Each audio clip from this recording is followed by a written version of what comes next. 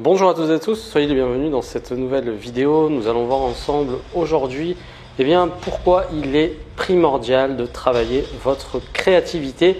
Et si vous n'y êtes pas encore mis, il serait bon de commencer à tenter l'expérience.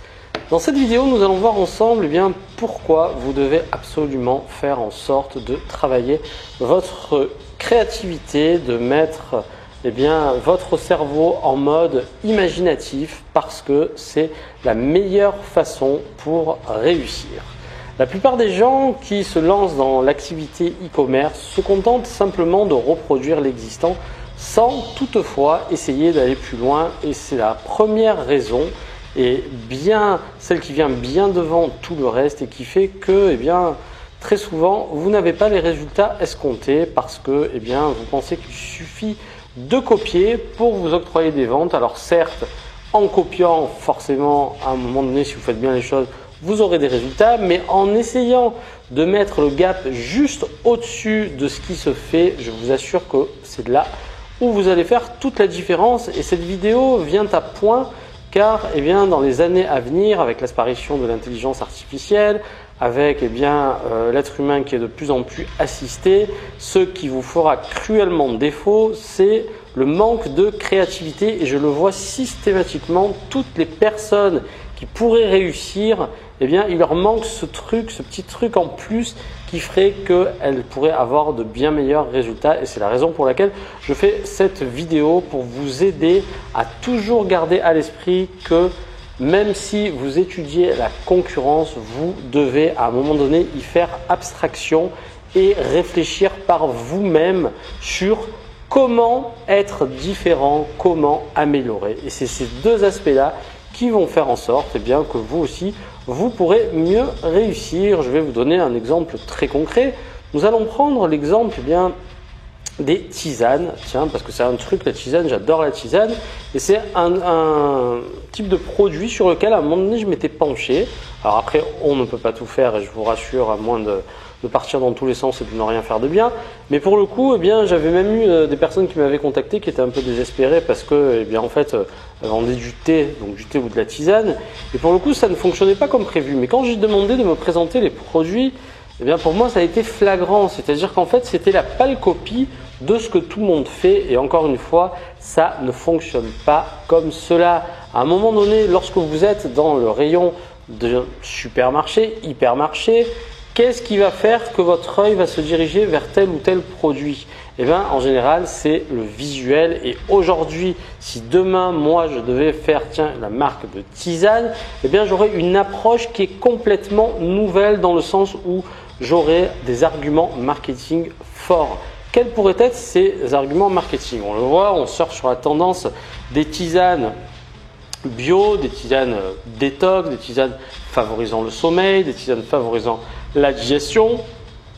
Et pour le coup, il y a une marque qui a tout compris, et souvent les Anglais sont très forts dans tout ce qui est produit à base d'herbes.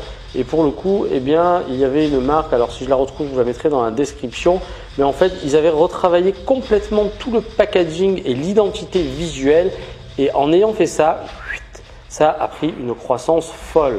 Donc encore une fois, moi ce que j'aurais fait déjà, j'aurais eu un positionnement plus agressif, c'est-à-dire que si par exemple, vous faites une tisane pour favoriser le sommeil, qu'est-ce que j'aurais fait? J'aurais doublé. Alors attention, il faut se renseigner parce qu'il faut savoir qu'il y a des doses recommandées et vous ne pouvez pas les dépasser si vous voulez commercialiser ce type de produit. Donc je n'ai pas dit de faire n'importe quoi, il faut toujours se renseigner. Mais je serais allé au maximum des possibilités alors après, je vais pas tout vous dévoiler parce que si demain je fais de la tisane, mais du coup, j'aurais eu un message très fort, un message qui irait titiller un petit peu l'affect des gens et qui les ferait sourire. Et quand vous arrivez à faire ça, c'est là où vous parvenez à faire des choses. Maintenant, si je me contentais de prendre un vulgaire emballage, alors il existe des tonnes d'emballages alimentaires, de mettre dedans mon herbe, de dire qu'elle est bio, et penser qu'il est suffisant pour que cela fonctionne, vous vous plantez complètement.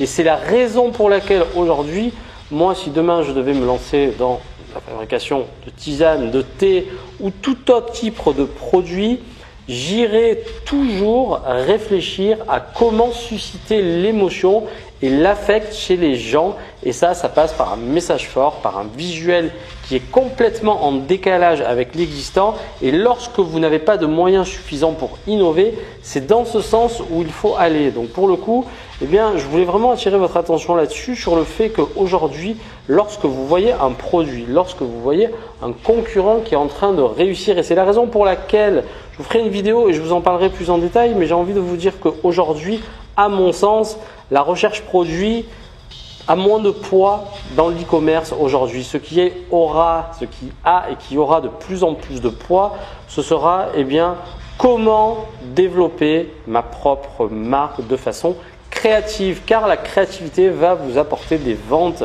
Et aujourd'hui, comme vous le voyez, allez un petit peu sur Amazon, cherchez peu importe la catégorie de produits, toutes les offres sont présentes. Donc encore une fois, il y a deux options. Soit vous dites je suis arrivé trop tard, mais alors posez-vous cette question. Je répète, je tourne un petit peu en boucle en ce moment, mais parce qu'il y a des gens qui n'ont toujours pas compris et qui reviennent avec les mêmes questions. Donc pour le coup, posez-vous cette simple et bonne question. S'il y a des gens qui arrivent, pourquoi je n'y arriverai pas? En revanche, si je fais comme les autres, un de plus, oui, forcément, vous n'allez pas casser la baraque. Et donc ça, pour le coup, c'est très important d'y penser. Donc pour le coup, posez-vous vraiment ces bonnes questions. Qu'est-ce que je pourrais faire? Qu'est-ce que je pourrais proposer qui ferait qu'on m'apprécierait plus? De la même manière, si demain vous devez séduire quelqu'un, si vous arrivez tout dégueulasse, si vous arrivez, vous ne savez pas vous exprimer, vous n'êtes pas bien sur vous, comment voulez-vous séduire? C'est la même chose avec les produits. Proposez quelque chose de séduisant et le message est là et la direction que vous devez prendre est celle-ci, et ça passe par toute une phase d'étude, de travail de votre message, de votre positionnement, de l'ADN que vous allez donner à votre marque, qui va faire que, et donc encore une fois, moi j'ai plusieurs noms là de tisanes qui peuvent être assez sympas et j'ai vraiment une idée bien précise de ce que je pourrais faire. Mais pour le coup, je voulais vraiment vous en parler parce qu'aujourd'hui, c'est la seule façon, quand on n'a pas trop de moyens, à moins d'innover, mais il faut savoir que l'innovation coûte assez cher. Et donc là, plutôt, c'est innover avec les moyens du bord.